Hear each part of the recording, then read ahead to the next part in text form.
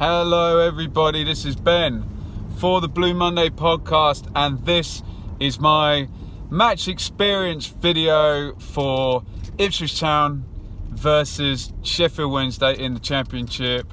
It's a Wednesday night, which is a bit odd to go to a football match on Wednesday night, but got everything sorted, just left work. It's going to be quite a fun one because I'm appearing on the excellent Naked Football show in Ipswich at 6 o'clock before the game starts. The game's also on Sky, which is always good because it means, you know, more people than normal get to see your club, even if it's a Wednesday night game and you're up against Champions League.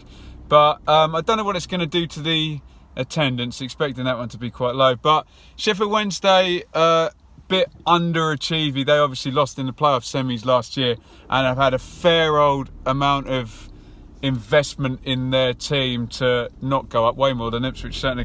Ipswich are above them in the table. I think Wednesday have only won 2 out of the last 6. So my back of my football supporter's head says we might be able to win this one. Ipswich are in the middle of a really hard run of there's 2 away games coming up against Villa on Saturday, who are 4th, and Derby next Tuesday, who I believe are 7th. So they really could do with getting the points on the board now, and then that puts less pressure on the away games. Anyway, I'm in Hayes, I'm in West London, so I've got to make it all the way around the M25 and get to the radio station by 6 o'clock, and we'll shoot some footage in the radio station. Should all be good fun, but yeah, let's get the first bit done. Yeah, great. So the M25's already slowed right down. So I thought now would be a good time to try and figure out what the hell team Mick's going to play. Obviously, like I said, we're in the midst of 5 games in 15 days. And when we played away at Cardiff, Mick made a whole load of changes and basically prioritised the next home game against Preston, which he won. So therefore, he was vindicated, I think. This is going to be a different way around. I think he's going to probably rest maybe 1 or 2. But I think this is the priority possible win game, and maybe the rest game is not Saturday at Villa but Tuesday at Derby, with a view to then beating the Forest on the Saturday. So he's going to be preparing for the 5-game span.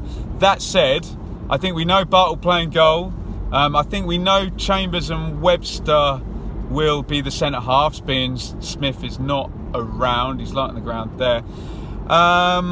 We know that Kenlock's going to play left back because Knudsen is suspended.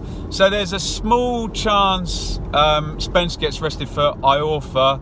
I think he'll keep Spence in, and Iorfa will be his centre half backup. I.e., if a problem happens with a centre half, Spence goes across and Iorfa comes in right back. Centre midfield, Hughes is not going to be ready yet. Bishop's not going to be ready yet, but they're both going to be in the squad.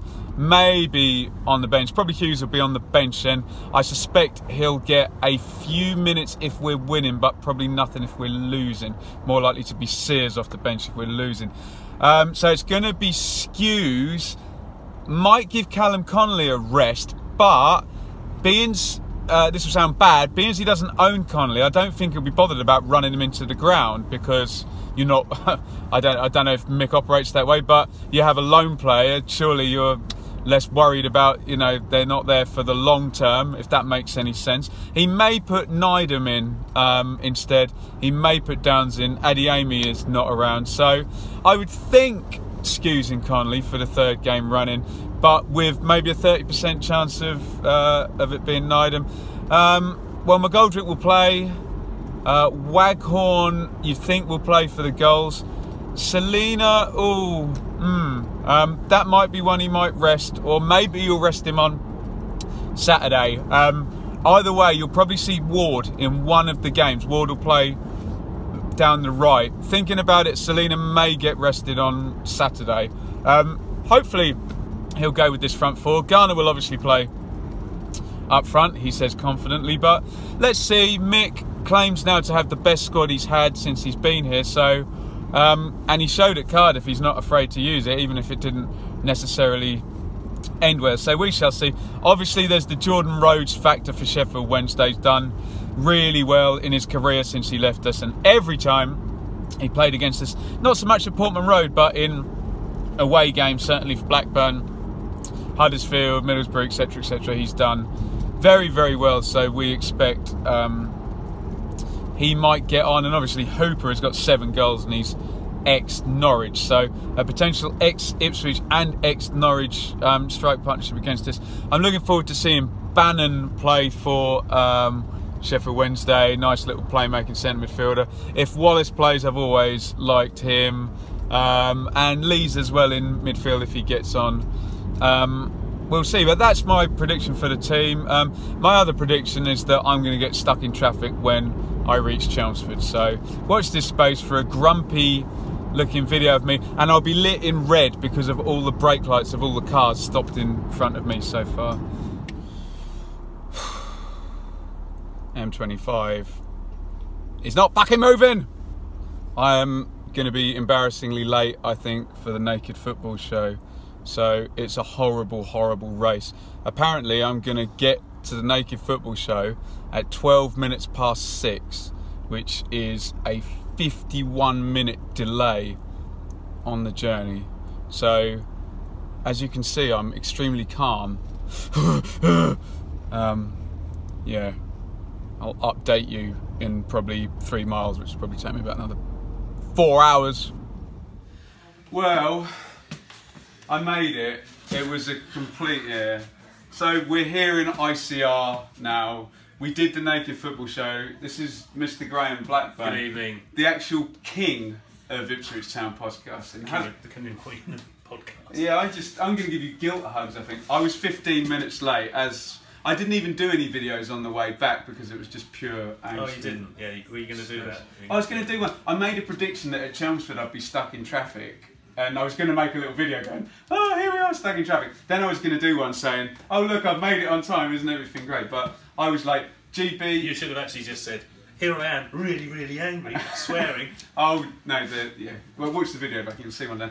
GB, how long have you been doing this Naked Football? 1804 it was. Yeah. Just as they were starting to build radio masts.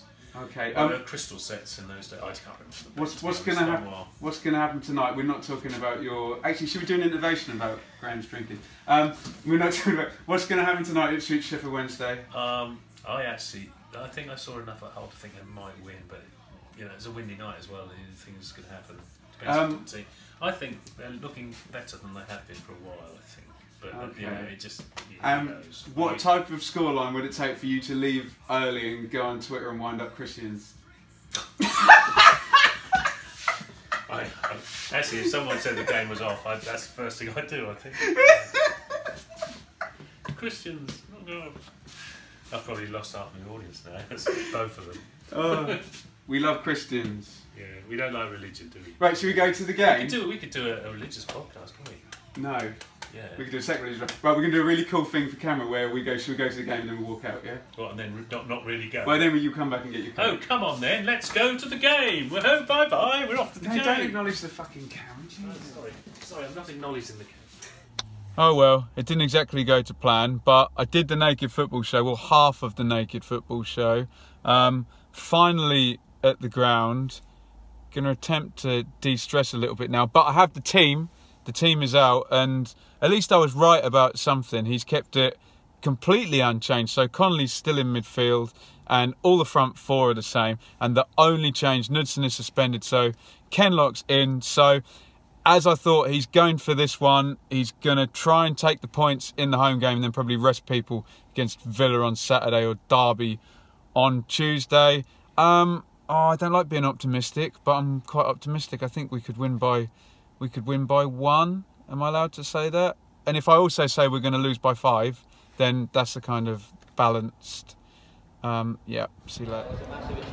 Okay, it's half time. It's 0-0. I thought Ipswich had the better of it, but apparently the possession was 65% Sheff Wednesday. Ipswich had 3 good chances. McGoldrick had one where he went in and kind of smashed it over, and then Garner Cross went in for Salino, diving header, and he kind of put it straight at the keeper. But then right at the end of the half, Waghorn, big blooper from Wednesday, and he hit it first time and straight at the keeper. Sheff Wednesday had 1 good chance. Rhodes headed it wide, but it's kind of tight. I would say Ipswich shaded it a bit, but fair chance they could go on and win it, I would have thought, but still, I think Wednesday got quite a powerful bench, so we shall see what happens. It's really windy, so I'm going to go back. And there you have it. Right, I've left Ipswich. I've done my long form match review video. That will be on this channel. Check that out for my more detailed thoughts on the game. So I said at half time it was tight. I thought they could nick it. Ipswich took the lead straight after half time. Selina corner, Spence flicks it on. Garner at the back post, heads it in. I love him, great to see him score a goal. Then Ipswich got a little bit nervous and a little bit muddly, and Sheff Wednesday equalised. Spence had a bit of a brain fart and kind of handballed it when a cross came over, and Hooper smashed the penalty in, ex-Norwich guy, so that obviously went down like the proverbial fart in church. And then Mick made a really good substitution. He brought Hughes back. That's the first time we've seen him all season, who immediately got an assist for the wonderful Waghorn, who headed in his 9th league goal of the season with an almighty leap, which got me very excited. I love that goal. 2-1. Mick made some other good substitutions to bring on some more running power. It looked like we were playing the game out. Carvajal brought in Fletcher, and then he brought in the mountain Nui, who's got no pace but is an absolutely massive human being. And somehow 5 minutes of stoppage time, and in the 3rd or 4th of those minutes, cross, back post, Nui didn't have to jump, heads it in. Heartbreak, man. I thought we did well. I thought we played a good game. I thought we reacted to them well, and you know, got back in front after the equalising goal. I thought we were more decisive in possession, even if they had more of it. Then he had 2 shots on target and scored both of them, and one's a bloody penalty. But I suppose what goes around comes around. 2 games 2-2, late equaliser against us in this one, but we scored the late equaliser in the one before, so a bit annoying. Exciting game, bit of a disastrous journey, and obviously being very late. So I need to find something to cheer me up on the way back. I've got about another hour home, so I think I'm gonna get into some Spotify and see you at the other end. I got you and you got me, some rich folk stuff. Climb every mountain higher, reach for the stars. I love your hopes today and reach for the stars. Oh, it's the morning after. I got back last night and I just couldn't be asked to finish this video. Got back about just after midnight, so I've had 6 and a bit hours sleep and a little bit of time to reflect on the game. From my long form review of the game, a few Sheff Wednesday fans have got in touch and said yes, they agree that they thought they were lucky and they didn't play great and they got away with one, so that's kind of nice to have that confirmed, that end.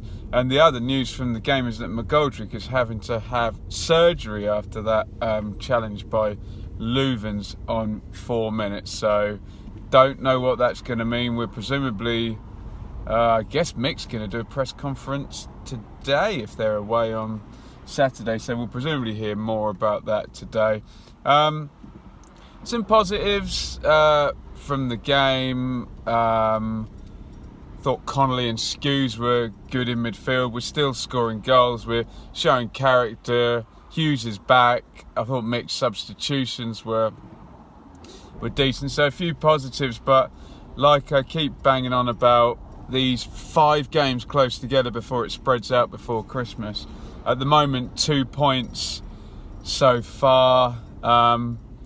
8 would be great over the 5 games, so that's 2 wins in the next 3 is looking unlikely, given they're away at Villa, away at Derby, and then home to Forest. So we shall see. Anyway, I'm off to work. I'm in traffic somewhere in bloody Ruislip trying to get into work. But this is the things you do for your football team. A kind of mad, disastrous, traffic-ridden journey, late for the radio show, bonkers end to the game, no sleep, away we go the next day. But if Wednesday night game, we'll be at another game within the next 5 minutes. Villa coming up, looking forward to it. Let me know what you think in the comments. Give us a follow on Twitter at Benjamin Bloom, and give us a sub. Oh, off to work.